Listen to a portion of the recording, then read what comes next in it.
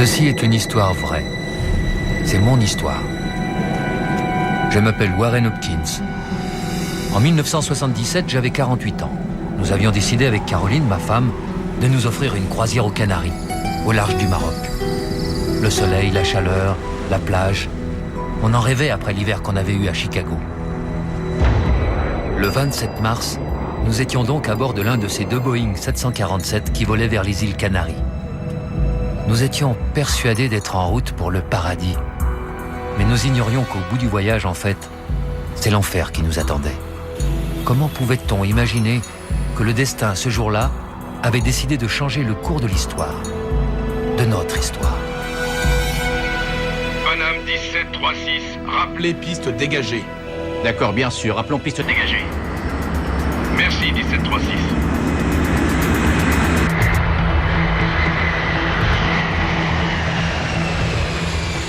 Il a dégagé? Qu'est-ce qu'il y a? Est-ce qu'il a dégagé le Paname? Mais ouais.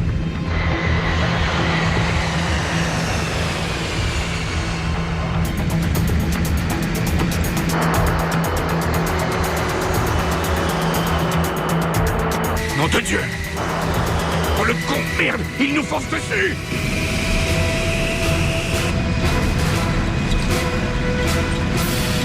Oh les abrutis!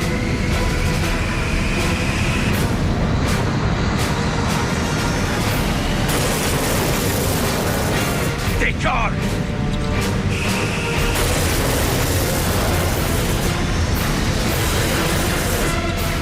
Décolle, décolle, décolle! Dégage! Allez, il va nous rentrer dedans!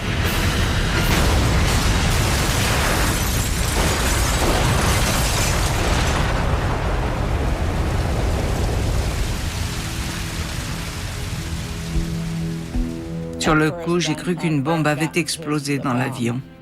C'était comme si chaque molécule de l'atmosphère avait explosé. J'ai ouvert les yeux et j'ai vu que l'appareil était en flammes.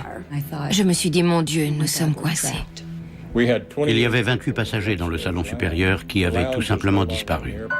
Joanne était là, elle me criait « Suzanne, prends-moi la main ». Les moteurs commençaient à se désintégrer. Je crois que j'ai lâché la main de Joanne très rapidement. J'ai mis les mains sur mon visage et j'ai dit « Seigneur, mon heure est arrivée ». C'est mon instinct de survie qui m'a réveillée et qui m'a dit « Sors de cet avion ». Je lui ai dit, je saute le premier, j'amortirai ta chute. L'avion s'effondrait sur les passagers. J'ai pensé que tout le monde allait y rester. Je me suis sentie responsable parce que j'étais incapable de m'occuper de mes passagers. Je me suis sentie aussi inutile lorsque j'ai regardé l'avion et que j'ai compris qu'on ne pouvait plus rien faire, que le feu nous empêchait d'y retourner. On l'ignorait à cet instant, mais ce jour-là, nous devenions malgré nous les victimes de la plus grande catastrophe aérienne de tous les temps. C'est une catastrophe qui se chiffre par centaines, 562 morts et 72 blessés. Le choc de ces deux monstres bourrés de kérosène, 200 tonnes de pétrole qui vont exploser et qui vont transformer ces deux appareils en véritables brasiers. Les pompiers ont mis plus de 12 heures à éteindre les flammes. Et les minutes que j'ai vécues à cet instant furent les plus longues et les plus terribles de toute mon existence. C'est un vrai miracle si je m'en suis sorti. Ensuite, bien sûr, j'ai voulu comprendre. Que s'était-il passé? Comment deux avions à la pointe de la technologie avaient pu se percuter sur la même piste?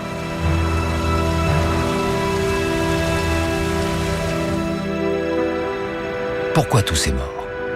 Où était l'erreur? Où étaient les erreurs?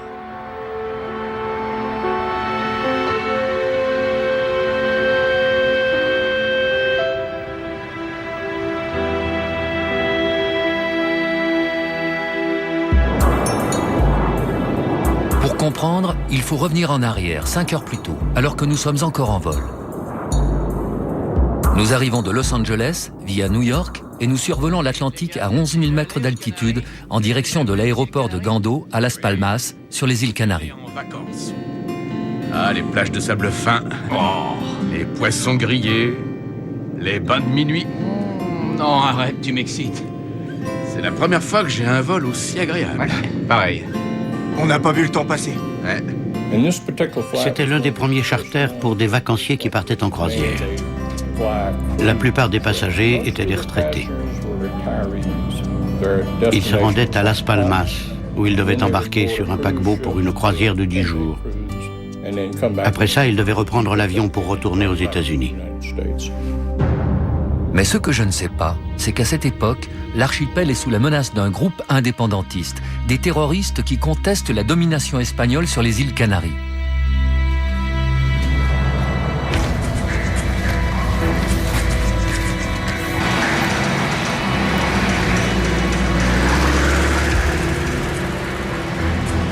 Mais il faut que tout le monde comprenne qu'aux Canaries, il y a une situation de guerre.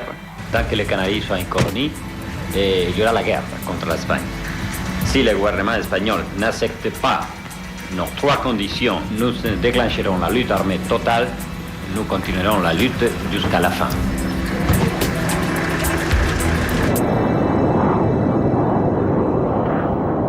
New York, les Canaries en 6 heures. Je le refais quand ils veulent. Le temps passe beaucoup trop vite quand on s'amuse. À bord de notre vol, nous sommes 380 passagers et 14 membres d'équipage, dont 2 jeunes hôtesses. J'étais sur ce vol avec ma meilleure amie, Suzanne Donovan. Nous avions l'habitude de voler ensemble. On en profitait. On adorait être ensemble. Hey Suzy, garde un peu de ton énergie pour Paris. Oh, compte sur moi, Joanne. On allait juste à Las Palmas, débarquer nos passagers avant de repartir à vide à destination de Paris. Tout va bien donc, jusqu'au moment où les indépendantistes décident de passer à l'action. Et manque de chance, leur action doit se dérouler précisément là où nous allons, à l'aéroport de Las Palmas.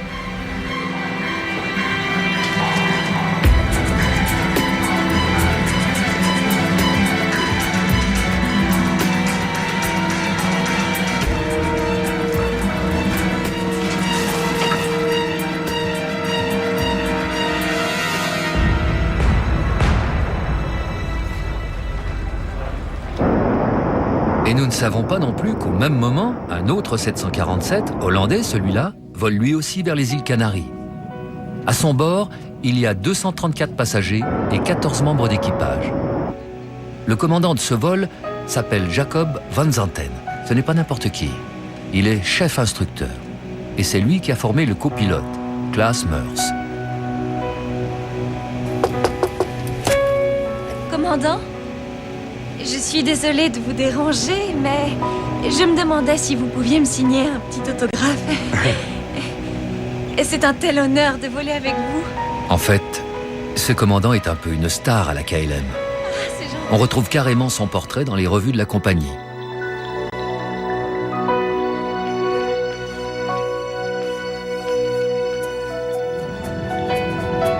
Ces passagers sont presque tous des touristes hollandais. Comme nous, la plupart partent en vacances. Sauf 3 jeunes Hollandais qui travaillent et habitent à Tenerife. Parmi eux, Robina Van Lanschot. Elle sera la seule survivante du vol KLM. Combien peuvent se vanter d'avoir un bananier dans leur jardin? Je ne sais pas à quoi il a servi ce séminaire. Après tout, qu'est-ce qu'on a fait en Hollande pendant une semaine? C'est vrai, on a eu des réunions, des discussions, mais on ne nous a strictement rien appris sur la vente. On nous a offert un billet et on a pu voir la famille. On n'a pas à se plaindre.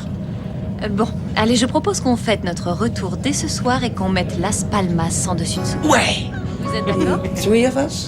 Nous revenions tous les 3 de Hollande où nous avions eu une semaine de travail plutôt tranquille. J'habitais Puerto de la Cruz, un petit village du nord-ouest de Tenerife. Yvonne et Walter faisaient le voyage avec moi. C'était bien de revoir ses collègues chaque année. À bord, l'ambiance était vraiment agréable. Nous nous entendions à merveille. Les Hollandais, tout comme nous, profitent de leurs dernières minutes de vol avant la plage et le soleil. Et les pilotes, eux, commencent à préparer l'atterrissage. C'est maintenant que vous regardez les procédures d'approche pour Gando? Oui, j'en profitais aussi pour faire une dernière vérification. On peut faire le briefing quand vous voulez. Bon, alors à l'avenir, je déteste que l'on attende la fin d'un vol pour faire cela. Entendu? Je ne faisais que revérifier les procédures. On débute l'approche dans 5 minutes. Tant mieux. Merci. Il y a 2 bombes dans le terminal. Vous avez 10 minutes pour sauver autant de vies que vous le voulez. Je retéléphonerai. À cet instant, l'engrenage fatal des événements est enclenché. Et nous n'en savons rien.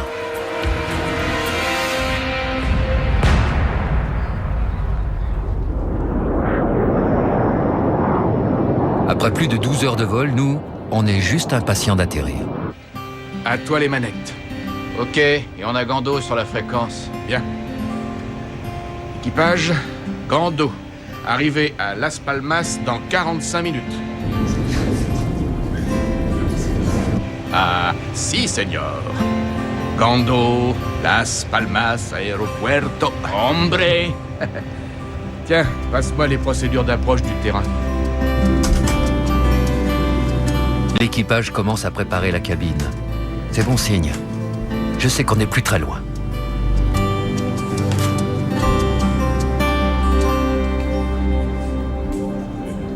Madame? Oh, on dirait qu'elles viennent d'être cueillies.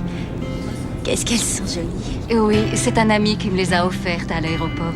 Vous savez, j'aime tellement les roses que mes amis proches m'ont surnommée Rosie. Oh, j'aimerais bien qu'on m'en offre. Vous avez de la chance. Tenez. Oh, je vous l'offre. Allez, j'insiste. Je sortais d'une période de travail intense et je souhaitais prendre des vacances. Et j'étais impatiente de vivre cette semaine. Oui, d'accord. Pour tout le monde à bord, en fait, ce voyage est synonyme de rêve et de plaisir. Mon mari et moi, nous avions décidé de nous payer ces vacances pour fêter notre 10e anniversaire de mariage. C'était le premier vrai grand voyage que nous pouvions nous offrir. Nous avions fait de longues études et on n'avait jamais eu de quoi s'offrir un tel séjour. Attention, ceci est une évacuation d'urgence. En fait, à ce moment-là, dans l'avion, on est loin d'imaginer ce qui se passe au sol. Je répète, ceci est une évacuation d'urgence.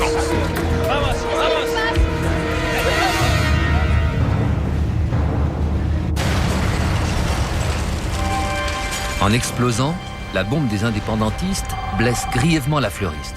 Pour le moment, elle est encore la seule victime. Pour le moment. Oui, j'écoute. Ici la sécurité. Il vient d'y avoir une explosion dans le terminal. On en redoute une deuxième, alors on va fermer l'aéroport. Il faut absolument que vous déroutiez tous les appareils qui s'apprêtent à atterrir. Oui, d'accord, immédiatement. Gando, ici KLM 4805. Est-ce que vous me recevez? Nous sommes au niveau 350, demandant l'autorisation pour l'approche. KLM 4805 Gando, l'aéroport est fermé. Déroutez-vous sur Los Rodeos via le VOR de Tenerife. Descendez au niveau 250. Ah, je le sentais venir. Je suis attendu ce soir, j'ai un dîner important et je vais le rater. Descendez au niveau 250. 250. Les Hollandais sont les premiers à être déroutés. Pour l'équipage, c'est un coup dur car ils doivent repartir l'après-midi même vers Amsterdam. Et cette attente imprévue risque de tout remettre en question. Quelques minutes plus tard, on est déroutés, nous aussi, vers le même aéroport. Celui de Los Rodeos sur l'île voisine de Tenerife. Gando, Paname 1736. Bonjour à vous. Nous sommes actuellement au niveau 370. À 120 nautiques ouest. Demandons autorisation pour entamer l'approche. Paname 1736 Gando, l'aéroport est fermé. Déroutez-vous sur Los Rodeos via le VOR de Tenerife. Descendez au niveau 250. On a fait le plein à New York. Dis-lui qu'on peut attendre. Qu'est-ce que t'en dis, Georges? On peut tenir 2 heures? 2 heures, oui, bien sûr. Gando, 1736. Demandons autorisation pour attendre au-dessus de Las Palmas. Nous avons assez de carburant pour tenir environ 2 heures. Négatif, monsieur, je vous le répète, l'aéroport est fermé. Il y a eu une explosion dans le terminal. Il y a déjà de nombreux appareils dans votre situation. Vous êtes attendu à Los Rodeos. Contactez les contrôleurs des Canaries sur unité 8 décimale 5. Ah, je suis fou de joie. Je pense qu'ils avaient tellement de trafic qu'ils n'ont même pas eu le temps d'étudier la demande d'un appareil pour une mise en attente. Et s'ils nous ont renvoyés sur Tenerife, c'est parce qu'ils ne contrôlaient plus la situation. Enfin, c'est ce que je pensais. Et c'est comme ça qu'on se retrouve à Los Rodeos, sur l'île voisine de Tenerife, à quelques dizaines de minutes de vol de Las Palmas. C'est un aéroport régional habitué à recevoir des petits avions par des jumbo jets. Les parkings ne sont pas très grands et l'aéroport ne possède qu'une seule piste. Mais c'est le seul terrain à proximité. Nous n'avons pas le choix. Comme tous les autres avions en vol, nous devons nous poser à Los Rodeos.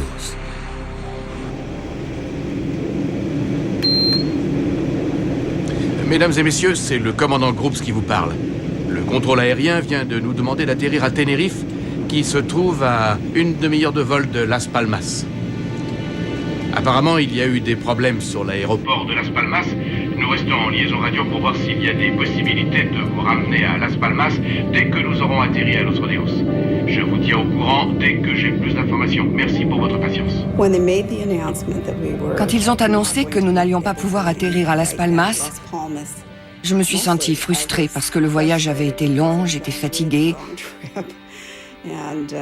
sans compter le décalage horaire. Alors oui, je me suis sentie frustrée et triste de ne pouvoir descendre d'avion et monter sur notre bateau. Les gens n'étaient pas contents parce que cette nouvelle n'augurait rien de bon. C'était un mauvais présage. Et pour les contrôleurs de Los Rodeos, la fermeture de Gando n'est pas non plus une bonne nouvelle. On est dimanche et les effectifs sont réduits.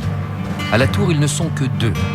Habituellement, c'est suffisant pour les quelques vols quotidiens, mais aujourd'hui, ils vont se retrouver avec un trafic digne d'une autoroute un jour de grand départ. Nous, on fait ce qu'on peut. On a 3 appareils déjà, sans compter les 2 747 qui arrivent. Regardons ce qu'on a. Panam, 747. KLM, 747. KLM 4805, vous êtes numéro 3 derrière le 737. Rappelez balise extérieure. 4805, nous sommes numéro 3 derrière le 737. Bah dis donc, j'ai déjà vu des timbres-poste plus grands que ce terrain. Je sais pas combien de temps on va rester coincé ici. Ah, c'est pas vrai.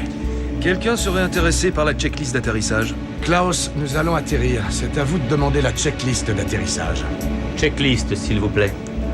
Sortie de secours allumée. Système d'allumage OK. Circuit carburant OK. QNH OK. Freinage automatique? Moyen, on ne sait jamais. Leur piste n'est pas grande et il se pourrait bien qu'elle soit plutôt glissante. Volet. Sortie. Checklist terminée. Merci à vous.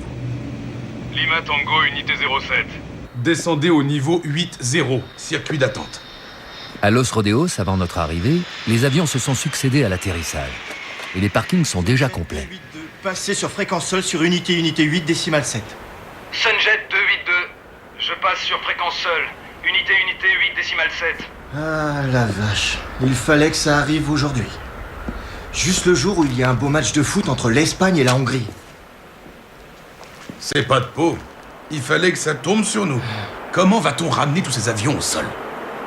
Évidemment, les contrôleurs sont formés pour faire face à ce type de problème. Mais il est facile de comprendre qu'aujourd'hui, les 2 malheureux contrôleurs de Los Rodeos sont brutalement confrontés à une situation totalement inhabituelle. Ils n'ont jamais vu autant d'avions sur leur terrain. Pentax, maintenez position. Sunjet, poursuivez le roulage. Dis, où est-ce que tu comptes mettre le KLM? Ben, à côté des 2 737. Y a pas le choix. On attend le 747 Panam. Oui, et ce sont 2 gros porteurs, tiens, ça va être dur de les manœuvrer. On devrait peut-être laisser un peu d'espace aux autres avions.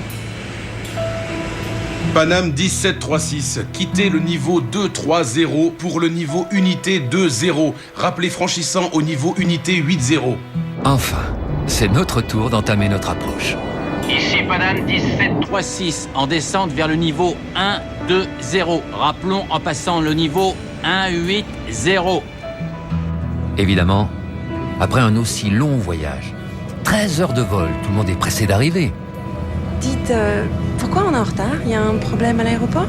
Non, ce n'est qu'un petit souci technique. Tout va vite rentrer dans l'ordre. Il n'y a pas de quoi s'inquiéter. Non, je vous assure. Je dois avouer que cet avion n'est pas des plus confortables. Mais je n'allais quand même pas prendre le bateau pour me rendre à une croisière. Non, moi, ce que je dis toujours, c'est que dans un avion, ça ne sert à rien de s'inquiéter. Les accidents de voiture sont bien plus nombreux que les... Oh, mais vous le savez. Mais la véritable inquiétude pour nous, c'est de savoir si ce détour imprévu ne va pas remettre en cause notre croisière. Combien de temps va durer cette escale? Est-ce que le bateau va nous attendre? L'animateur du voyage organisé intervient pour rassurer tout le monde. Mesdames et messieurs, notre paquebot, le Golden Odyssey, pourrait venir nous prendre à Los Rodeos si jamais ce retard devait se prolonger. Alors veuillez nous excuser pour ce contretemps et soyons patients.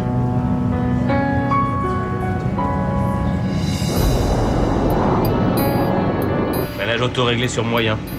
Nous avons fait la checklist d'atterrissage. Freinage automatique moyen. KLM 4805, autorisation d'atterrir sur piste 3-0. Ici 4805, nous allons atterrir sur piste 3-0.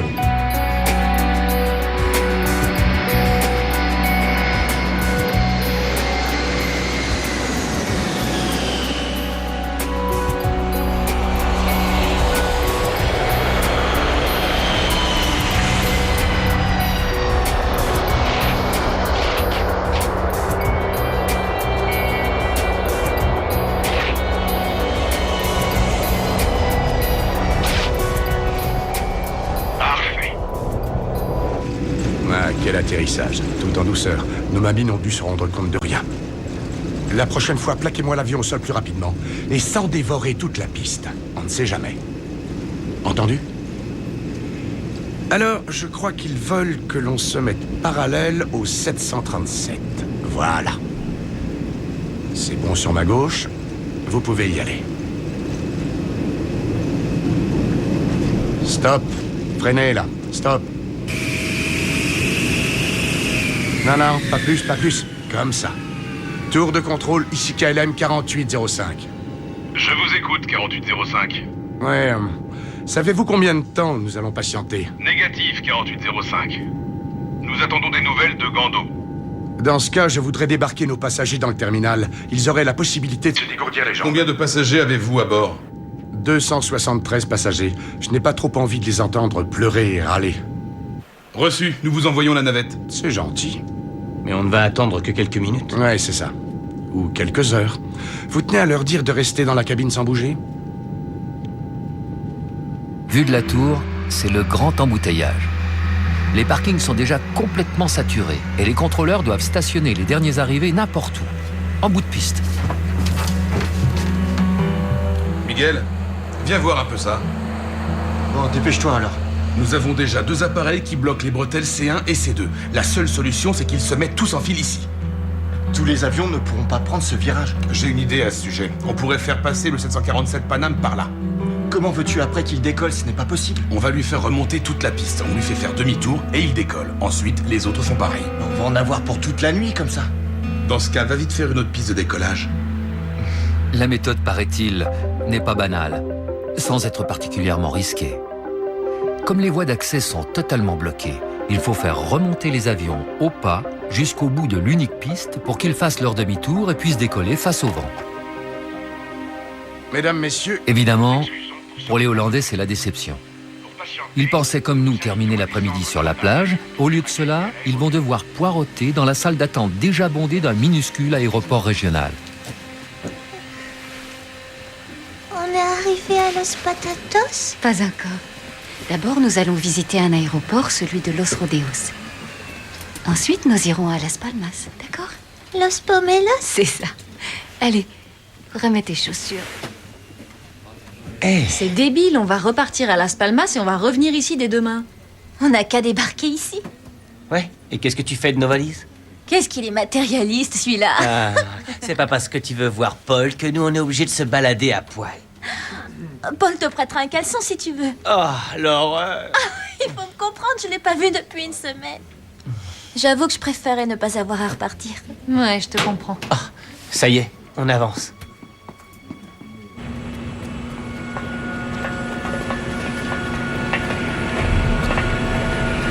Qu'est-ce qui t'arrive? Ça va? Oui. Parce que t'as pas l'air. C'est étrange. Tant d'avions, c'est bizarre. J'ai un mauvais pressentiment. Je me souviens bien de ses paroles parce qu'il était juste à côté de moi. Il a regardé dehors et il m'a dit « Il y a quelque chose qui ne va pas. Tout ça ne me dit rien qui vaille. » On a transféré les Hollandais par bus, en petits groupes, vers l'aérogare bondé. Entre ceux qui partent, ceux qui arrivent et ceux qui sont en transit, les places deviennent chères.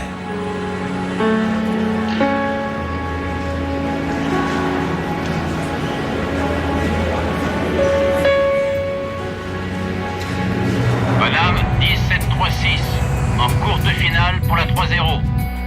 Paname 1736, autorisé pour la 3-0. Enfin, c'est à nous d'atterrir.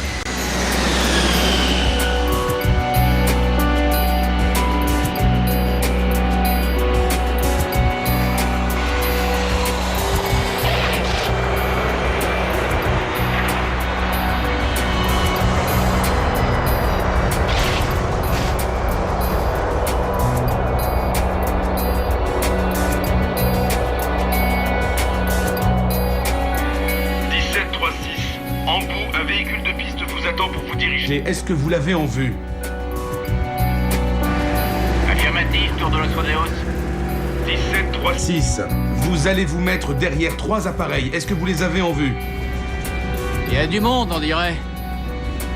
1736. Attention au souffle de vos réacteurs. Quand vous tournerez, il y aura un avion à côté de vous.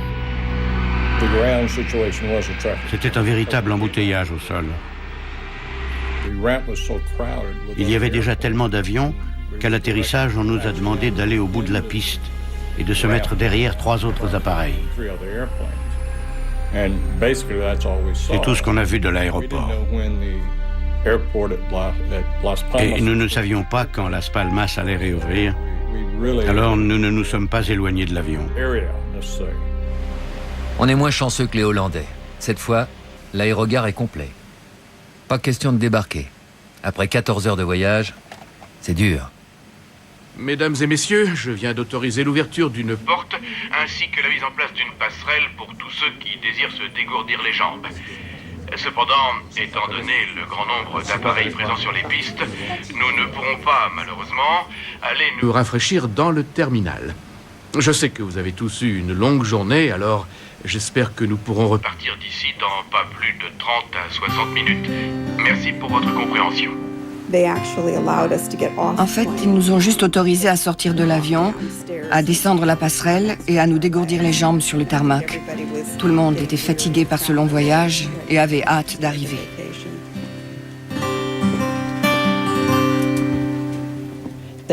Ils ont ouvert les portes pour aérer et pour qu'on puisse regarder dehors.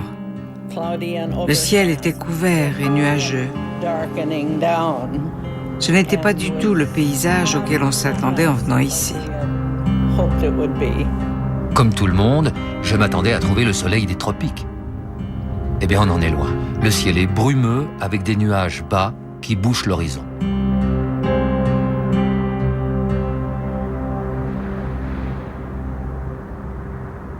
J'aime pas ça, ce brouillard.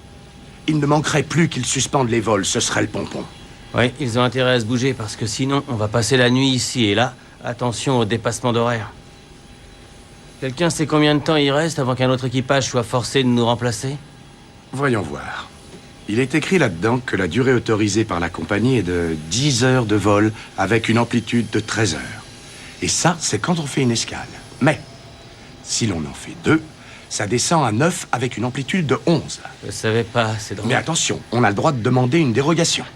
Non, mais vous avez entendu, qui est-ce qui a écrit ces conneries?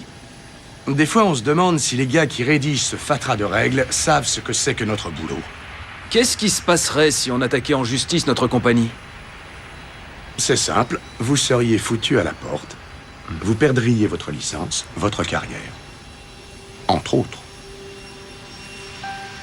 Les Hollandais doivent commencer à trouver le temps long, eux aussi. Mais dis donc, j'ai une idée. Si on restait à Tenerife, c'est idiot de retourner à Las Palmas, surtout pour revenir ici demain. Et Paul nous attend, allons chercher un taxi. Eh, calme, Paul peut attendre encore 24 heures. Ils prévoyaient ce qu'ils allaient faire. On va dîner là, on prendra un verre. Et moi, je ne voulais qu'une chose, revoir Paul. Et c'est son amour pour Paul qui va la sauver. J'ai rencontré Robina en décembre 1976. Je suis tombée amoureuse et on ne s'est jamais plus quittés depuis. Ok, si vous voulez, je m'occupe des bagages. Et toutes les deux, vous pouvez rester ici. Et je vais tenir la chandelle à ma meilleure amie et à mon frère? Reste. Tu sais, Walter et moi, on arrivera très bien à s'amuser sans toi. Ok, oui. De toute façon, tu nous aurais ennuyés à parler de Paul constamment. C'est vrai? Génial. Ouais. Dites, excusez-moi, est-ce que je peux vous aider? Oui, c'est-à-dire, j'espère ne pas être trop embêtante, mais pourrais-je manger quelque chose? Oh, vous me voyez, désolée, il n'y a plus de nourriture à bord. Mais rien qu'une tasse de café et un biscuit. Il n'y a plus rien. Je suis désolée, il va falloir attendre.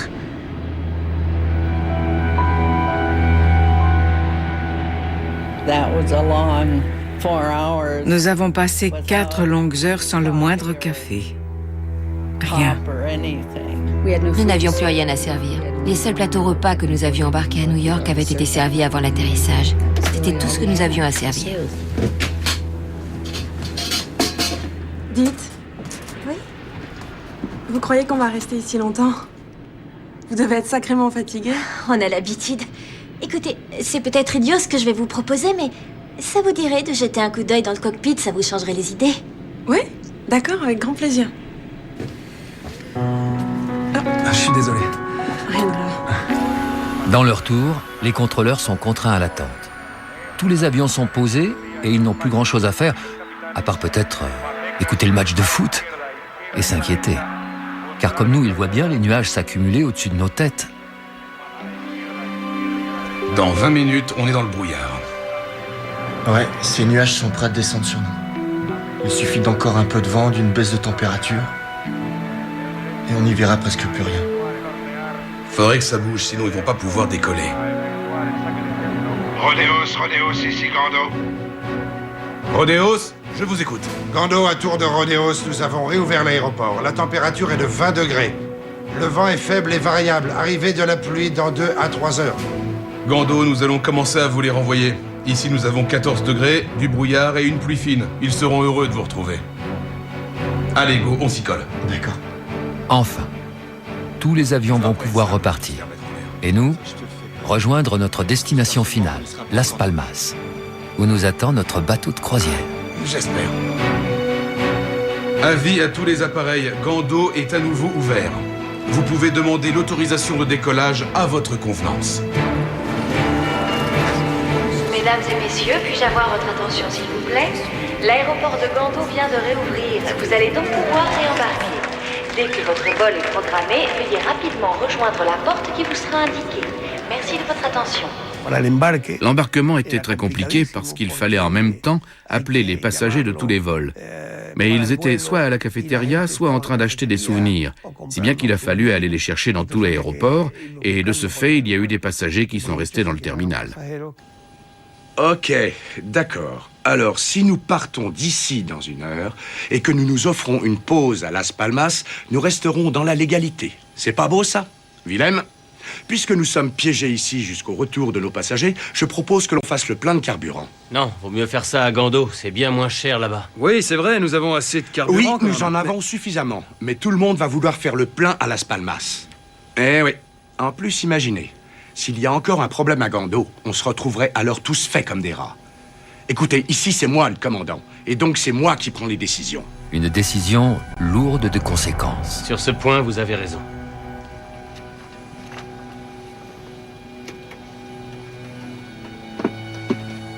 Passerelle, KLM 4805, nous souhaiterions faire le plein. J'écoute. Nous allons faire le plein de carburant avant le retour des passagers. Faites appliquer les mesures de sécurité nécessaires, voyant lumineux d'information et armez les toboggans situés sur les portes à l'arrière. Et à quelle heure est-ce que nous allons décoller?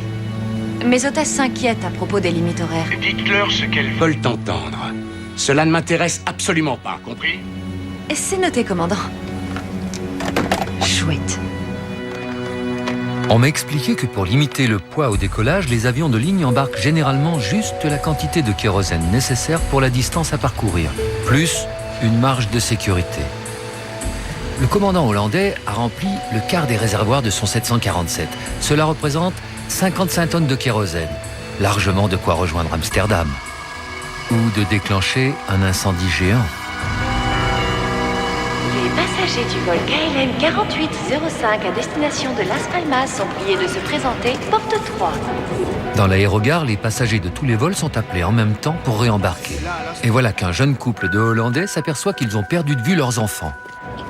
Toi, tu vas les chercher par là, et moi de l'autre côté. Rendez-vous porte 3 dans 5 minutes. D'accord. Et pendant ce temps-là, Robina essaye de négocier avec l'hôtesse. Bien votre envie de rester Bah ici. oui, il va falloir que j'y revienne demain, alors je préférerais éviter deux trajets inutiles étant donné que je suis Cela déjà va à là. l'encontre des règles de la compagnie, voyez-vous. J'aimerais énormément vous être agréable, mais je crains que vous n'ayez à prendre cet avion. Et si on essayait de changer les règles pour moi? Je crois que j'aurais tout tenté, hein. Faites bon voyage. Merci. Mais décidément, cette jeune femme n'est pas très disciplinée. Et les règles, elle va les changer. Un problème? Oui, mais Lequel? je vais quand même rester ici. Oh, Et qu'importe les conséquences. je m'occuperai de tes bagages. Génial. On va franchir la porte tous les trois, sinon ma copine va se douter que je me débine. Allons-y. Viens. Allons-y.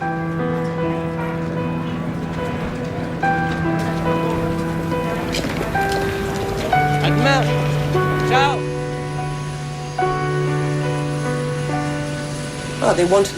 Ils tenaient vraiment à ce que je parte avec eux et moi j'ai essayé de les persuader de rester. Mais ils ont préféré reprendre l'avion. À cet instant-là, Robina Van Landschot ne peut pas le savoir. Mais sur les 248 passagers du vol KLM, elle sera la seule et unique survivante.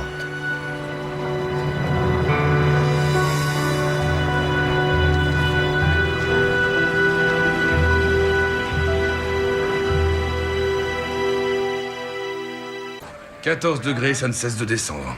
Si tu veux mon avis, tout ça ne me dit rien qui vaille. La visibilité va devenir quasi nulle. La météo? Salut les gars, c'est Fernando. Dites-moi, qu'est-ce qu'on va avoir en visée? Et demande-leur aussi qui va gagner le match pendant que tu y es. Arrête, ça pourrait nous être utile. Ouais, c'est noté. S'il y a des changements, tenez-nous au courant, d'accord? Nous, on va laisser les appareils décoller. C'est rassurant de voir les premiers avions décoller. On se dit que notre départ n'est plus qu'une question de minutes. Tour de contrôle de Los Rodeos. Paname 1736. Demandons autorisation de décollage. Météo de Las Palmas. Et instructions pour le roulage. 1736, vous allez devoir attendre un peu. Le KLM devant vous fait le plein de carburant. Attends, laisse, je vais le contourner. Derrière, ils vont nous massacrer si on décolle pas tout de suite. Tour de Los Rodeos. Nous allons essayer de passer en l'évitant. Notre commandant de bord essaye de dépasser le 747 hollandais qui nous bouche la route. Il a démarré les moteurs et on avance de quelques mètres. Mais un 747, ça fait 60 mètres de large. Et ça ne se manie pas comme une bicyclette. Ah, y a pas assez, je vais pas pouvoir. Georges, et si on allait respirer de l'air frais dehors et jeter un coup d'œil? D'accord. L'officier mécanicien navigant et moi-même sommes descendus sous l'aile droite de notre appareil. Il manquait 4 mètres pour pouvoir manœuvrer facilement et contourner le 747 de KLM. Vous vous rendez compte? Il manque seulement 4 mètres. À 4 petits mètres près, ça passait.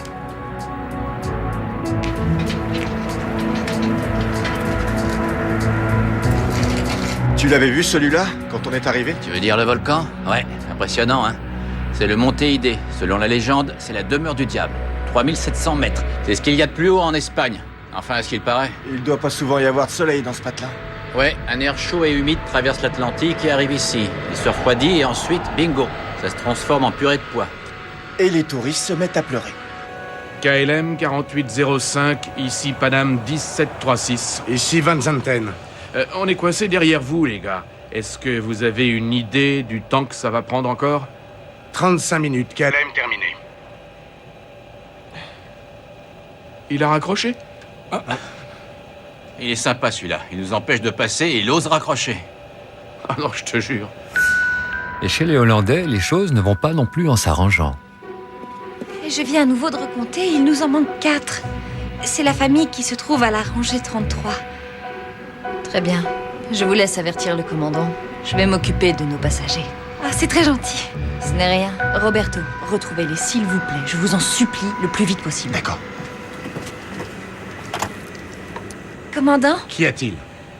Qu'est-ce qu'il y a encore? il nous manque 4 passagers. Bien. Sachez que nous avons 273 passagers qui risquent bien de passer la nuit dans l'appareil si nous ne décollons pas immédiatement. Alors, sauf si vous désirez rester coincé, ce qui m'étonnerait, je vous conseille d'aller immédiatement au terminal et de ramener ces 4 passagers. Entendu? Évidemment, nous, on ne sait rien de tout ça. On a quitté nos domiciles 18 ou 20 heures avant. La nuit passée dans l'avion, le décalage horaire, tout le monde est fatigué et on comprend de moins en moins pourquoi il faut encore attendre alors que d'autres avions décollent. Malgré les efforts de l'animateur, ce voyage organisé commence décidément très mal. Laisse, je vais m'en occuper.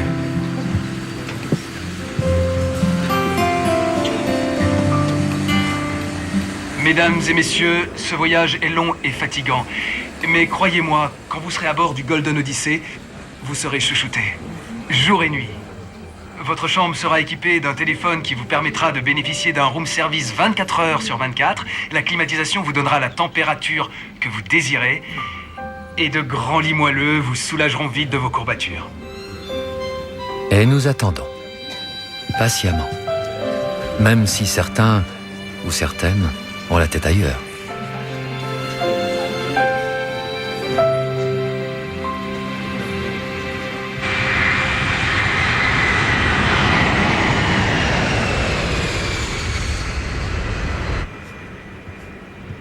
Mademoiselle, je vois que les autres avions décollent. Vous pourriez me dire ce qui se passe? Après tout, nous étions là bien avant ces autres appareils. Nous allons décoller dans quelques minutes.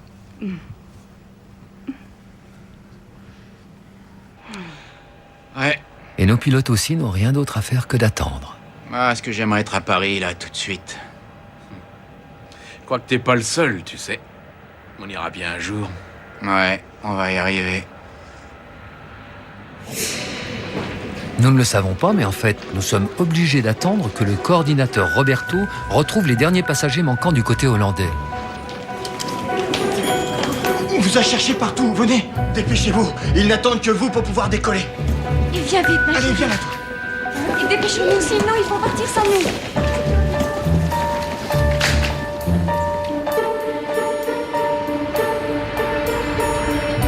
Et il les a retrouvés. Le malheureux, en totale innocence, les envoie tous vers la mort. Merci beaucoup, de rien.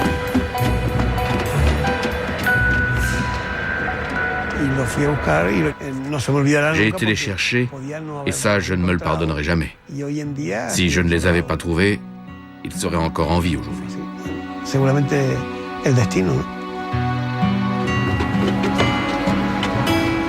Voilà, Encore allez désolé. vite, dépêchez-vous. Allez-y.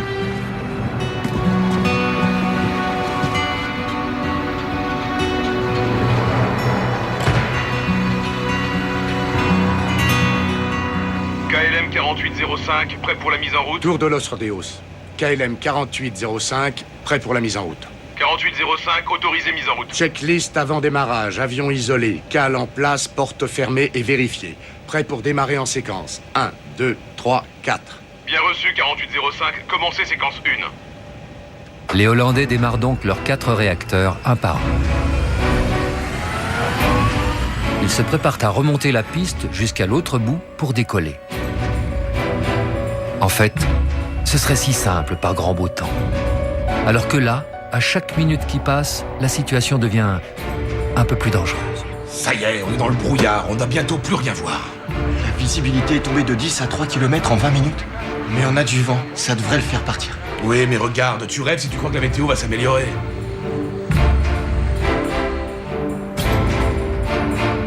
Tour de Los Rodeos, ici 4805. Demandons autorisation de pouvoir remonter la piste pour pouvoir décoller sur la 30. 4805, autorisé à pénétrer et remonter la piste. Bien reçu, on remonte la piste. 4805 s'engage sur la 12.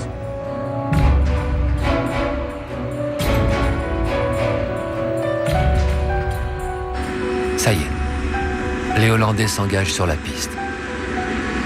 Nous, on s'apprête à faire de même et à les suivre à quelques centaines de mètres, dans un brouillard de plus en plus dense. Tour de Los Rodeos, ici Paname. 1736, prêt à mettre en route. Paname 1736, vous êtes autorisé à mettre en route. Merci beaucoup. Veuillez attacher vos ceintures de sécurité, refermez la tablette devant vous et glissez votre bagage à main sous le fauteuil devant vous. Le brouillard s'est installé à une vitesse incroyable. Ouais, on n'y voit rien là-dedans. George, demande-leur de débrancher leur machine à brouillard. C'est ça, oui. À la base, nos instructions étaient de suivre le KLM et de remonter la piste. Remonter signifiant que nous devions rouler sur la piste suivant le KLM dans le sens contraire du décollage. Et les 335 tonnes de notre avion s'engagent à leur tour sur cette maudite piste que nous commençons à remonter en roulant au pas.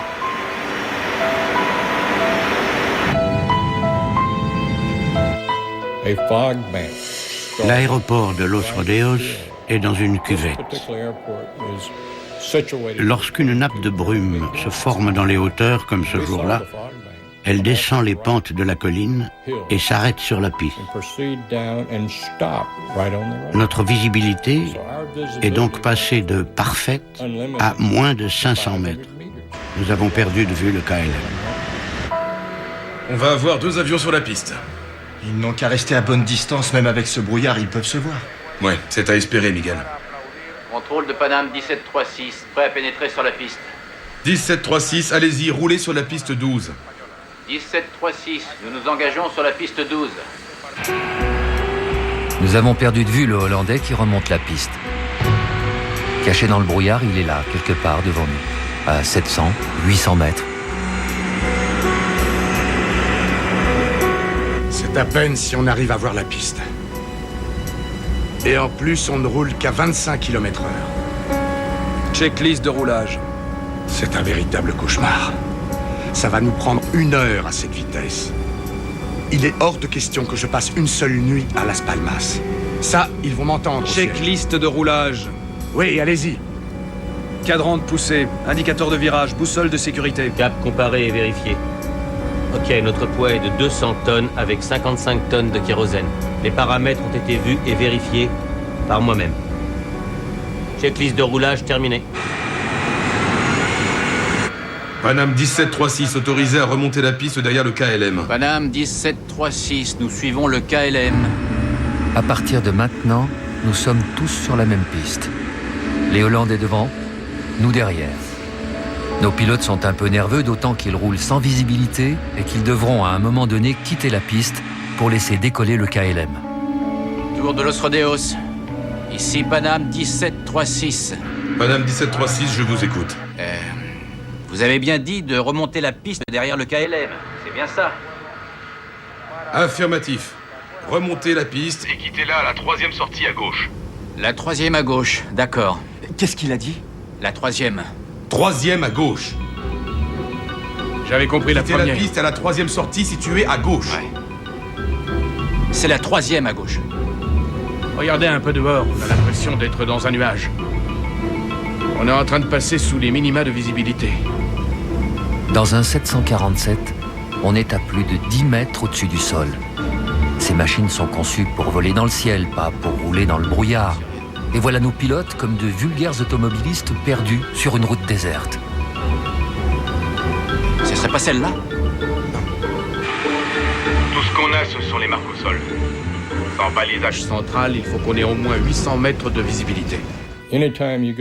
Lorsque la visibilité est si faible, on a, au dos de nos fiches d'approche, des informations concernant la piste et les minima requis en visibilité pour décoller.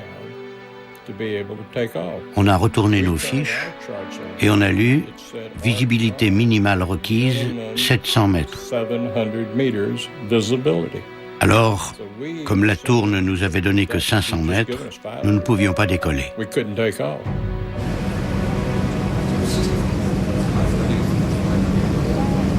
Je te raconte pas, j'ai les pieds en compote. En plus, j'ai l'impression qu'avec ce temps-là, on n'est pas encore parti.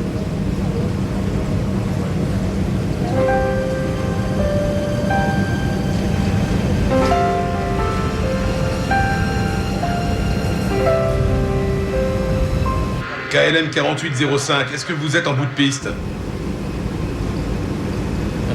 Nous venons de passer Charlie 4 il y a 2 secondes. Ok, arrivez au seuil de la piste, faites un 180 degrés. Et prévenez-moi dès que vous êtes ok. Reçu, tour de contrôle. Dites-moi, est-ce que le balisage central est disponible pour 4805? 1 minute, je vérifie tout de suite. Nous, pendant ce temps-là, on continue à remonter la piste, lentement. Mais nos pilotes maintenant ont un doute supplémentaire sur la bretelle de sortie indiquée par le contrôleur. C'est la première ou la troisième? La première, c'était une sortie à 90 degrés. Oui, d'accord. La deuxième sortie est à 45 degrés. Ça doit donc être la troisième, mais je vais quand même demander confirmation. Tour de Los Rodeos, est-ce que vous pourriez confirmer que vous souhaitez que le Panam 1736 tourne à gauche à la sortie numéro 3? La troisième sortie. 1, 2, 3. Troisième sortie. 1, 2 et 3. Parfait, on y arrive presque. Sortie 3. Uno, dos, tres. Allons-y. Donc, c'est la troisième sortie. Encore faut-il la trouver. 1736, rappelez piste dégagée. Madame 1736. Nous n'arrivions pas à voir les bretelles de sortie. On voyait à peine la ligne centrale de la piste sur laquelle nous roulions. Nous savions juste que la bretelle que nous devions prendre était à gauche et qu'elle faisait un angle de 45 degrés. 1 kilomètre devant nous, le 747 hollandais arrive, lui, en bout de piste. KLM 4805 et Panam 1736. Pour information, le balisage central est actuellement hors service. 4805, c'est bien noté. Je ne suis vraiment pas surpris. De toute façon, ça changerait quoi? On aurait besoin de l'éclairage d'un stade pour arriver à voir à travers ce brouillard.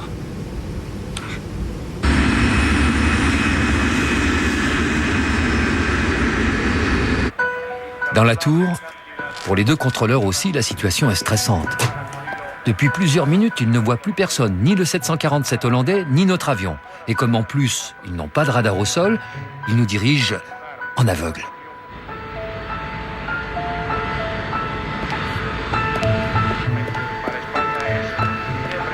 Ah, je ne les vois plus. Je n'ai plus de contact visuel avec eux. Il nous faudrait un radar au sol. Comment veux-tu faire décoller des avions par un temps pareil? Évidemment qu'il faut un radar. Ça va bien se passer, ils sont suffisamment éloignés l'un de l'autre. Panam 1736, à quel niveau vous trouvez-vous? 1736, une petite seconde qu'on vérifie. Regardez, celle-là, elle fait 45 degrés. Ouais. Ça veut donc dire qu'on est ici? Oui, sûrement. Ok, la prochaine, on dirait qu'elle fait 45 degrés. Ouais. D'accord, mais... maintenant, qu'est-ce qu'on fait? Est-ce que je dois tourner à la prochaine? Ouais, ça devrait être la bonne, ouais. Très bien. Vous êtes sûr? Sauf que peut-être il compte celle-là dans les 3. Ah, que c'est clair. De son côté, le commandant hollandais est de plus en plus nerveux. Il a peur de se retrouver cloué au sol et de passer la nuit avec son avion et ses passagers à Los Rodeos. C'est pas vrai, maudite météo. Klaus, donnez-moi nos vitesses de décollage. Bien, alors, V1 est à 120 nœuds et VR est à 135 nœuds. Je prépare les fréquences. 139 et 138.7. Phare allumé? Affirmatif, ainsi que les feux à éclat. Évidemment, les passagers à l'arrière n'ont aucune idée de ce qui est en train de se mettre en place inexorablement. Voilà, comme ça. Si tu es sage, dans 1 heure, on est en vacances, d'accord? D'accord, mais est-ce que ce seront de longues vacances? Comme l'année dernière. Le seul indice qui pourrait les alerter, c'est la visibilité, réduite à quelques dizaines de mètres. Mais en Hollande, cela n'a rien d'exceptionnel. Oui, on est en pleine purée de pois. De la purée? J'aurais le droit de la manger avec un steak? Ne dis pas de bêtises et reste bien sage. D'accord. Tiens, tu veux des chewing-gums? Ouais, merci. C'est gentil. Je me demande si Robina va passer une bonne soirée. Oh ça, je m'inquiète pas du tout. Je Je suis sûr qu'elle va passer une soirée formidable. Ah oui? Ben oui, elle va être avec ton frère, Paul, dit le beau gosse. Ouais, tu as raison. 17h04. Les Hollandais arrivent au bout de la piste et entament leur demi-tour. Attends, il y en a combien qui ont décollé? J'ai l'impression que ça fait 1 heure qu'on roule. On voit rien du tout. Tu crois que la visibilité est meilleure devant? Sûrement, ouais. Cool. En tout cas, faut l'espérer. À partir de maintenant, nos 2 avions sont face à face, à moins d'1 kilomètre de distance, sans se voir. Ok. On est au seuil de piste. On est parfaitement alignés. Et on voit parfaitement bien la ligne d'axe de piste. Prêt au décollage, tous les paramètres sont dans le vert. La visibilité reste malheureusement mauvaise. Mettez les essuie-glaces. J'allume les feux. J'ai dit mettez les essuie-glaces. Désolé. Essuie-glace. Ok. Nous avons une visibilité de 700 mètres maintenant. Eh, 1 minute. On n'a pas l'autorisation de route. Alors, demandez-la. KLM 4805. Nous sommes prêts pour le décollage. Attendons autorisation de route. L'autorisation de route, ce sont des instructions données au pilote pour lui indiquer comment aller à l'aéroport de destination. Ce n'est pas une autorisation de décoller. On peut vous donner l'autorisation de route 15 à 20 minutes avant un décollage. KLM 4805, vous êtes autorisé pour la balise Papa au niveau 90. Après décollage, virage à droite au cap 040. Jusqu'à l'interception du radial 325 du VOR de Las Palmas. Bien reçu, tour de contrôle. KLM prêt au décollage. Ok. Allez, on y va. Non, attendez autorisation de décollage. On est toujours sur la piste. Paname 1736. Paname 1736, rappelez piste dégagée. Ok, on rappelle piste dégagée. Merci 1736. Il nous a demandé si nous étions sortis de la piste.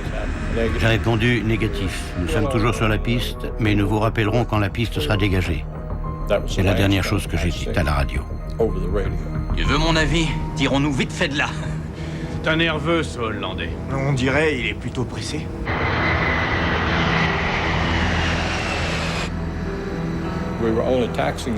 Nous roulions à 5 km/h. Jamais je n'aurais pensé que le KLM était sur le point de décoller.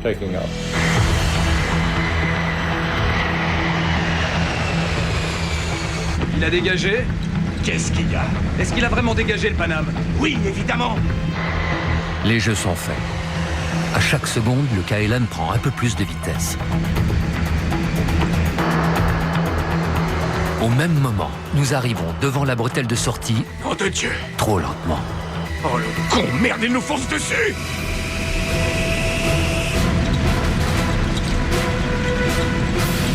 Oh! Des abrutis!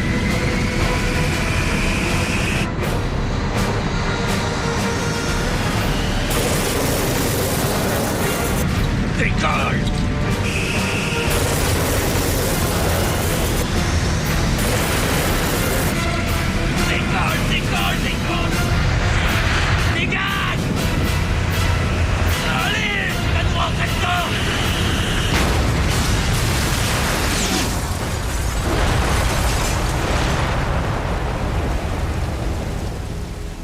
Quand je l'ai vu arriver, j'ai fermé les yeux et j'ai plongé.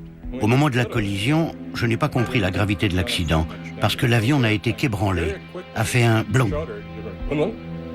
Il y a eu une véritable déflagration, comme si chaque molécule de l'atmosphère avait explosé. C'est comme ça que j'ai imaginé les choses plus tard. C'était assourdissant.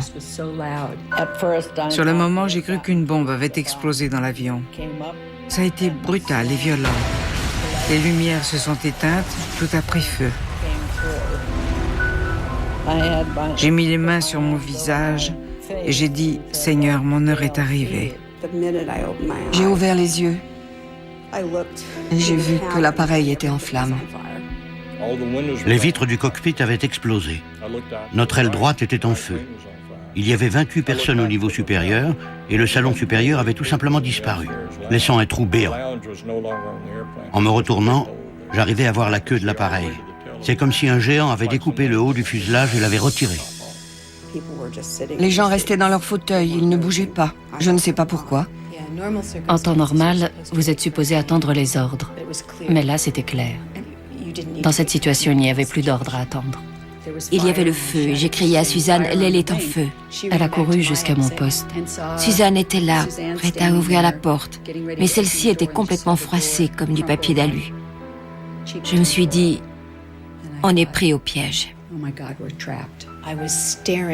En regardant la porte, j'ai hurlé.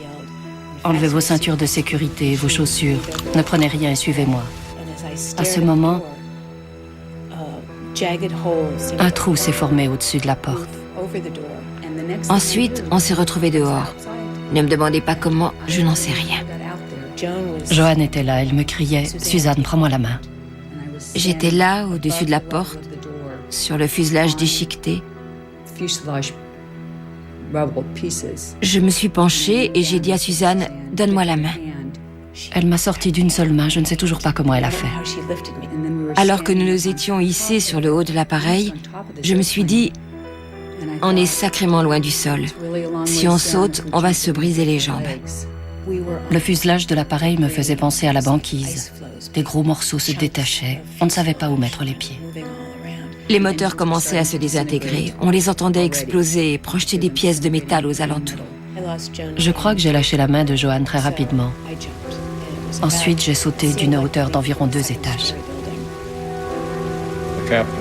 Le commandant sauta dans ce qui avait été la première classe de l'avion.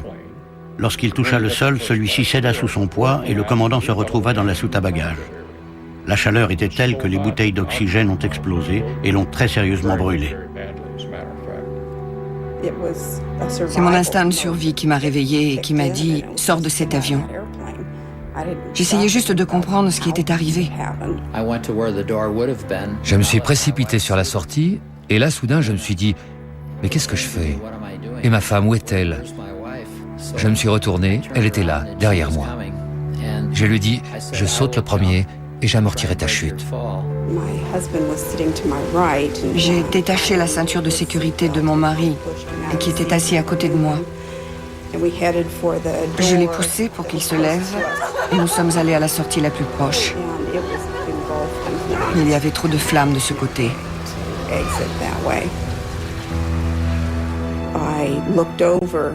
Alors j'ai relevé la tête et j'ai vu que quelqu'un avait ouvert une autre sortie.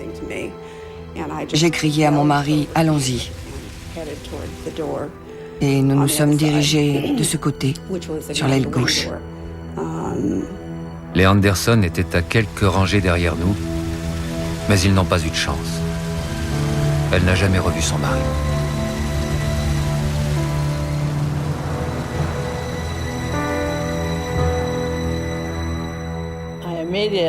C'était une vision apocalyptique. Je n'imaginais pas une seule seconde que je puisse m'en sortir. Mais je me suis dit, bouge-toi de là, fais quelque chose, ne reste pas assise. J'ai commencé à monter sur les fauteuils et je ne suis pas une sportive, mais j'ai enjambé 3 rangées de fauteuils.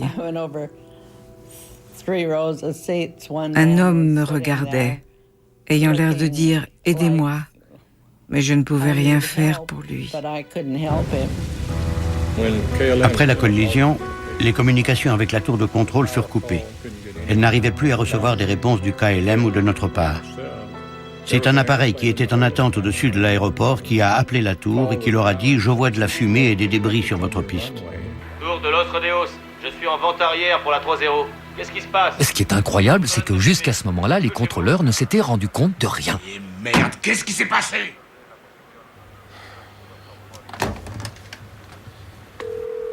Répondez, répondez! Répondez, répondez! Le contrôleur a enclenché le système d'alarme. Après nous avoir percutés, le KLM s'est arrêté 500 mètres plus loin, près de la tour.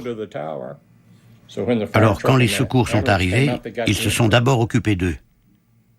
On n'a vu personne pendant un bon bout de temps. Je me demandais, mais pourquoi personne ne vient nous aider?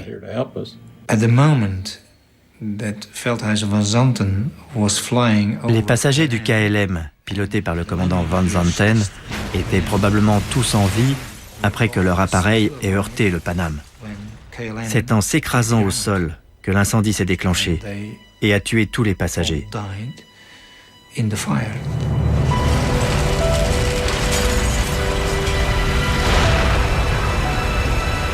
Toujours à cause du brouillard, les secours ont mis plus de 10 minutes avant d'arriver sur place. D'abord, ils ont trouvé les restes en feu du 747 hollandais. Ils ont fait ce qu'ils ont pu, mais vu leur équipement complètement désuet et l'ampleur de l'incendie, ils étaient impuissants. Leur combat était inutile, alors qu'il y avait un deuxième avion dans le brouillard, le nôtre, à 400 mètres de là, avec des survivants. On a attendu plus de 20 minutes avant de les voir arriver. Jamais on n'aurait pu imaginer qu'à quelques centaines de mètres de là, il y avait un autre avion en feu avec des gens encore vivants à bord. Je n'arrêtais pas de répéter, ne vous inquiétez pas, les ambulances vont bientôt arriver, on va nous aider. Il me semblait évident que quelqu'un avait vu ce qui s'était passé et qu'on allait nous envoyer des secours. On ne peut pas dire que ce fut une évacuation dans les règles de l'art. Les gens sortaient comme ils pouvaient, lorsqu'ils avaient la chance de trouver une brèche dans le fuselage. Quand nous sommes arrivés sur les lieux de l'accident, nous avons vu un avion ouvert en deux, le commandant ensanglanté au sol qui regardait l'avion, des gens qui sortaient en criant, des gens qui couraient, qui cherchaient des personnes de leur entourage, ne sachant pas s'ils étaient encore dans l'avion ou s'ils étaient sortis, et ne sachant pas ce qui s'était passé. La situation était vraiment chaotique. En fait, nous ne sommes qu'une soixantaine à avoir réussi à échapper à cet enfer. Pour la plupart, on s'est enfui par l'aile gauche, qui était miraculeusement intacte.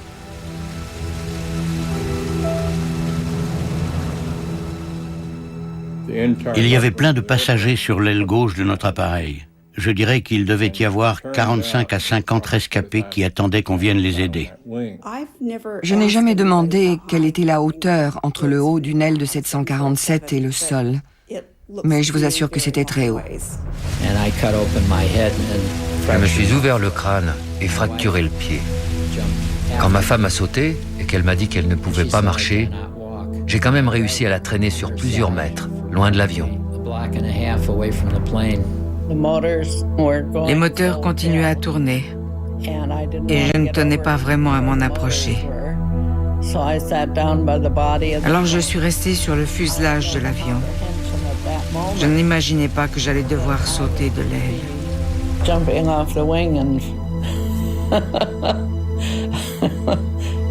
Sous les débris, vous savez qu'il y a des passagers pris au piège. Mais vous ne pouvez absolument rien faire pour les aider, étant donné que l'avion s'effondre sur eux. Seul un membre de l'équipage a réussi à ouvrir une porte. C'était une hôtesse. Un moteur a explosé et a projeté un débris qui l'a atteinte. Elle y a laissé sa vie ce jour-là.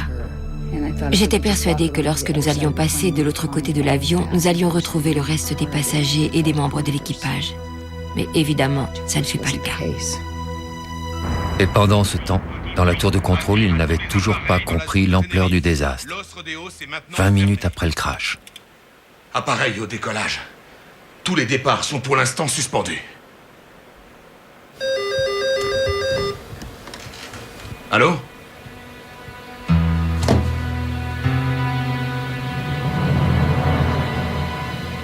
Oh mon Dieu. Oh mon Dieu.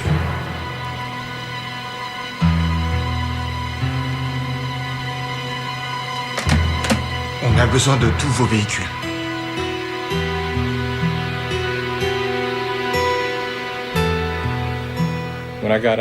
Une fois au sol, j'ai entendu les gens crier, hurler. Mais 5 minutes plus tard, il n'y avait plus un bruit, le silence total, excepté le ronflement des flammes qui dévoraient l'appareil. Plus tard, j'ai demandé à un médecin ce que cela signifiait. Il m'a répondu qu'avec un tel incendie et une telle chaleur, l'oxygène est entièrement consumé et les gens dans les environs suffoquent. Je me suis sentie responsable parce que j'étais incapable de m'occuper de mes passagers. Je me suis sentie aussi inutile lorsque j'ai regardé l'avion et que j'ai compris qu'on ne pouvait plus rien faire, que le feu nous empêchait d'y retourner.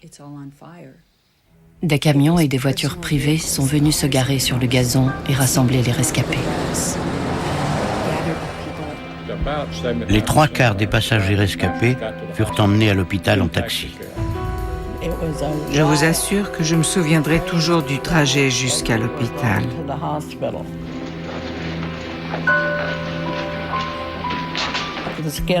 J'avais la peau des mains qui pendait.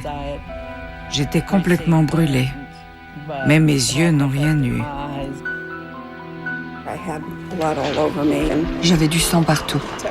Mais je suis allée vers quelqu'un et j'ai dit « Je suis médecin, est-ce que je peux aider ?» L'homme m'a lancé un regard étrange.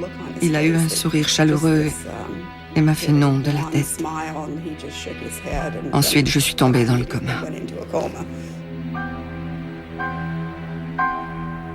Évidemment, dans les heures qui ont suivi, toute la presse internationale est arrivée à Los Rodeos. Et les premières images ont fait le tour du monde. Le choc de ces deux monstres bourrés de kérosène, 200 tonnes de pétrole qui vont exploser et qui vont transformer ces deux appareils en véritables brasiers. C'est une catastrophe qui se chiffre par centaines. 562 morts et 72 blessés. One was a Pan Am charter from Los Angeles that picked up more people in New York before flying to the Canaries. The other was a KLM charter from Amsterdam in the Netherlands. Un des hangars a servi de morgue. Il était immense. Environ 600 corps y ont été installés. Plus même, je crois. Le bilan définitif s'est élevé à 583 victimes. C'est la plus grande catastrophe de toute l'histoire de l'aviation. Chez nous, aux États-Unis, comme en Hollande, le choc a été immense. Et puis, tout le monde a commencé à chercher à comprendre.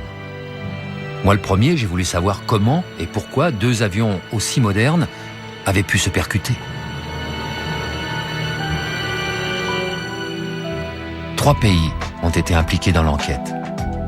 L'Espagne, parce que c'était son territoire, la Hollande, parce que l'autre avion venait d'Amsterdam, et les États-Unis, parce que nous étions américains. Un sacré boulot pour ces enquêteurs qui devaient maintenant tenter d'expliquer l'inimaginable, l'impensable, la collision sur la même piste de 2 géants des airs. Il existe des théories sur les accidents aériens. Un chercheur, un certain James Reason, a imaginé il y a une 30aine d'années un schéma type. D'après lui, les origines d'un accident sont toujours multiples. Les causes s'ajoutent les unes aux autres, un peu comme des strates, chacune comportant une défaillance, un trou à travers lequel peut se glisser l'accident. Lorsque tous les trous se retrouvent alignés, l'accident devient alors inéluctable. C'est souvent ça, un tas de petits trucs qui s'additionnent, puis voilà.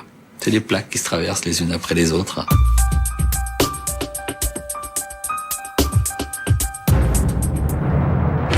La première cause n'avait rien à voir avec l'aéronautique.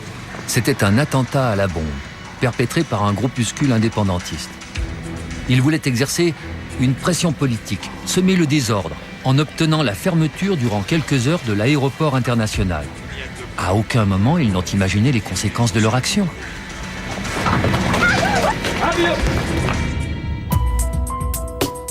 Ensuite, on nous a déroutés, nous et les autres, sur un petit terrain régional, Los Rodeos.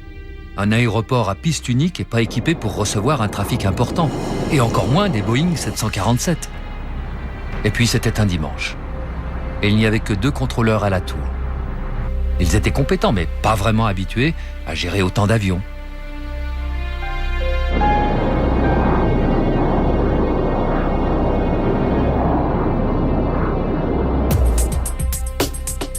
Troisième cause, le déroutement, les attentes, les contretemps, la météo, la pression commerciale. Tout cela a généré chez les passagers comme chez les pilotes un véritable stress.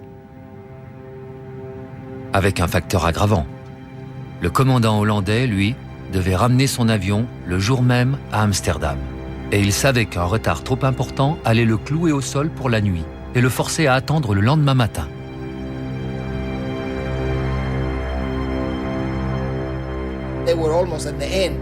L'équipage du KLM était à la limite de son quota d'heures de travail.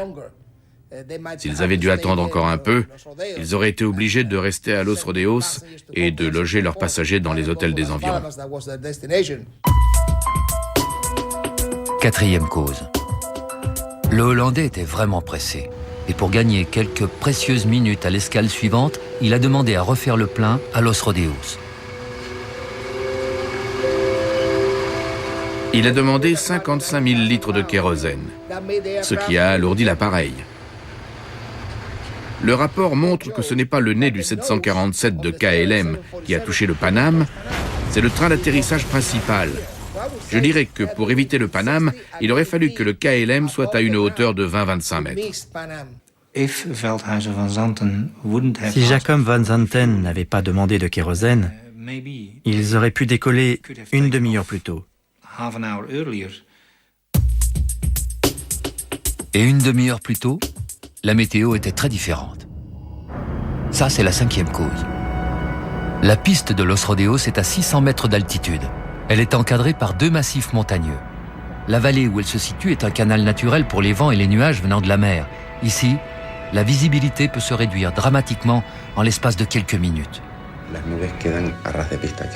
Les nuages restent à un niveau très bas et le brouillard se maintient au sol. Vers 5-6 heures de l'après-midi, la température commence à baisser. Alors la rosée et le brouillard se forment. Le brouillard recouvrait tout. Aucun des 2 avions n'avait un contact visuel avec l'autre. Sixième cause, le terrain n'était pas équipé d'un radar sol. Et les contrôleurs n'avaient aucun moyen de vérifier la position des avions. Ils devaient se contenter des informations fournies par les pilotes.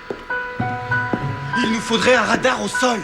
Comment veux-tu faire décoller des avions par un temps pareil? Évidemment qu'il faut un radar. S'il y avait eu un radar au sol à Tenerife, très probablement le contrôleur aurait constaté le début du décollage du KLM qui était aligné, et à ce moment-là, il serait intervenu. Il aurait vu le décollage, alors que là, il l'a pas perçu.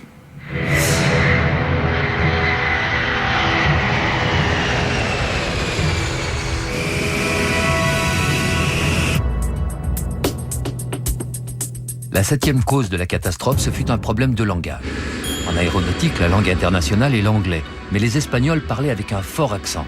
Et nos pilotes ont eu quelques difficultés à les comprendre. Pouvez-vous confirmer, s'il vous plaît? Vous voulez que le Paname 1736 tourne à gauche à la 3e bretelle? 1, 2, 3, 3e bretelle. Dans cette histoire, le maillon faible est la communication radio entre la tour de contrôle et les 2 équipages. Il y a eu des problèmes de compréhension entre les pilotes et la tour. Mais ce n'est pas ce qui a entraîné l'accident. Le Paname avait reçu pour instruction de sortir à la 3e bretelle, alors que seule la 4e faisait un angle de 45 degrés. C'est cette bretelle qui était la plus pratique à emprunter pour un 747 souhaitant remonter la piste. La 8e cause tient à un chevauchement des messages radio. Au moment critique, tout le monde s'est mis à parler en même temps, et plus personne n'a rien entendu. Résultat, l'information capitale d'attendre avant de décoller n'est jamais arrivée au commandant Van Zanten. Nous sommes prêts au décollage. Ok, allez, on y va. Non! Attendez autorisation de décollage. On est toujours en train de remonter la piste Paname 1736. Voici reconstitués très exactement les derniers messages radio entre la tour et les 2 avions. Attendez l'autorisation de décollage. On est toujours en train de remonter la piste Paname 1736. 2 émissions simultanées, ça donne une espèce de... C'est complètement inaudible. Hein. Souvent, c'est complètement inaudible. Et maintenant, voici le son original de ces derniers messages radio enregistrés par les boîtes noires. Nous étions à 28 secondes de la collision.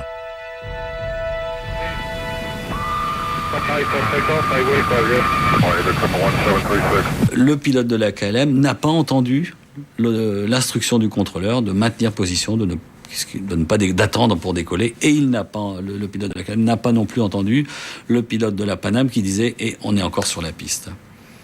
Ces 2 messages-là sont détruits mutuellement et il est parti. Jacob Van Zanten n'a pas entendu « Attendez que je vous rappelle pour le décollage ». La 9e cause, et peut-être la plus importante, tient à la psychologie des équipages. À cette époque, la hiérarchie était très stricte. Et souvent, le commandant était le seul maître à bord, après Dieu. C'est maintenant que vous regardez les procédures d'approche pour Gando? Oui. Je déteste que l'on attende la fin d'un vol pour faire cela, ok? Entendu? C'est bien vu. Les enquêteurs hollandais l'ont confirmé. Le copilote et l'officier mécanicien, malgré leurs doutes, n'ont eu presque aucune influence sur le commandant Van Zanten. Un officier mécanicien navigant n'a pas à obéir au commandant. Quand un officier mécanicien navigant pense qu'il est nécessaire d'arrêter un vol, quelle que soit la raison, il peut le faire. Dans l'aviation, et ce particulièrement en Europe, le commandant a toujours raison. Il est infaillible. Il a dégagé? Qu'est-ce qu'il a? Est-ce qu'il a bien dégagé le Paname? Oui, évidemment. En enquêtant sur le commandant du KLM, je suis tombé sur ses états de service. C'était un pilote hautement qualifié avec plusieurs milliers d'heures de vol et une excellente réputation. Nous avons parlé à sa fille. Elle nous a dit que son père avait un fort caractère, que ses avis étaient très tranchés, mais qu'il n'était en aucun cas un dictateur.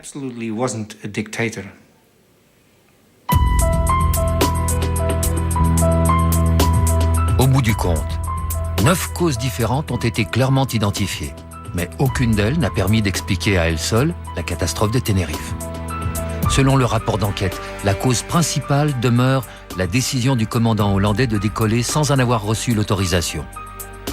Jacob Van Zanten était pourtant compétent. Il n'avait aucune tendance suicidaire. Au moment où il a mis les gaz, il était donc certain d'avoir reçu cette autorisation. Il était certain que la piste devant lui était dégagée. Qu'est-ce qui finalement l'a induit en erreur? Nous ne le saurons jamais puisqu'il a emporté dans la mort la réponse à cette question. Depuis cette catastrophe, des mesures ont été prises pour améliorer la sécurité. On a multiplié les radars sol dans les tours de contrôle. Le vocabulaire utilisé par les pilotes et les contrôleurs a été clarifié et les rapports hiérarchiques dans les postes de pilotage ont été entièrement revus. Tout cela me réconforte, même si le risque zéro n'existe pas et que l'erreur demeure terriblement humaine.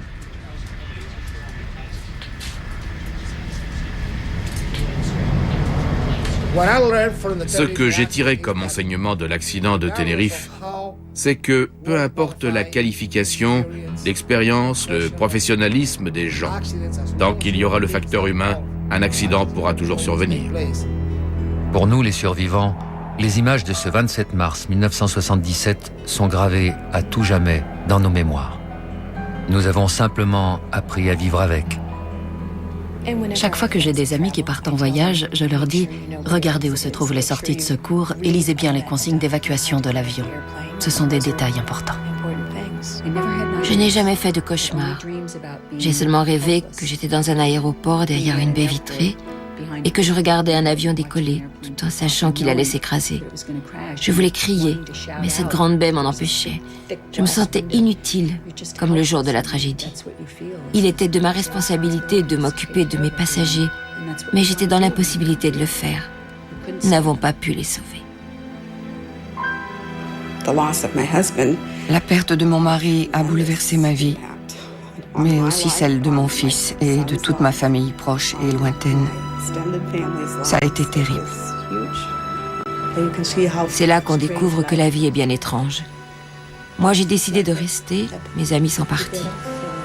Et peut-être que si l'avion avait décollé 1 minute plus tard, rien de tout cela ne serait arrivé. J'ai pris conscience que la mort pouvait nous emporter à tout moment et qu'il fallait profiter de la vie jour après jour, autant que l'on pouvait. Après le crash, j'ai décidé de fonder une famille. J'ai décidé que c'était le moment de rester à la maison et d'avoir des enfants. Je me suis dit, mes amis sont morts. Si je passe mes journées allongée sur mon lit recroquevillée, je vais mourir à petit feu. Et je n'ai pas le droit de faire ça. C'est en ayant une belle vie et en étant courageuse que je rendrai honneur aux victimes.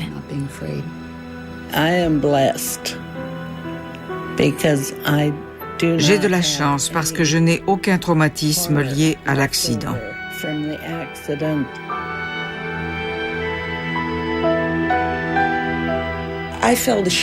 Au début, j'avais honte. Je n'arrêtais pas de me dire que j'aurais dû mourir ce jour-là. Je me sentais mal. J'étais vivante. Paul avait perdu sa sœur et nous étions constamment ensemble. Mais c'est ce qui a renforcé notre relation. Sans ça, nous ne nous serions pas mariés. Revoler après le crash n'a pas été facile, mais je savais que si je le faisais avec Joanne, elle me sauverait à nouveau la vie. Avec ma femme Caroline, on est retourné à Tenerife. Un taxi nous a emmenés à l'aéroport et nous avons revu la piste. Là, tout m'est revenu, d'un coup. Ensuite, nous sommes allés prendre le Golden Odyssey. Nous avons enfin pu terminer notre croisière, 2 ans après. Pour nous, c'était une manière de boucler la boucle.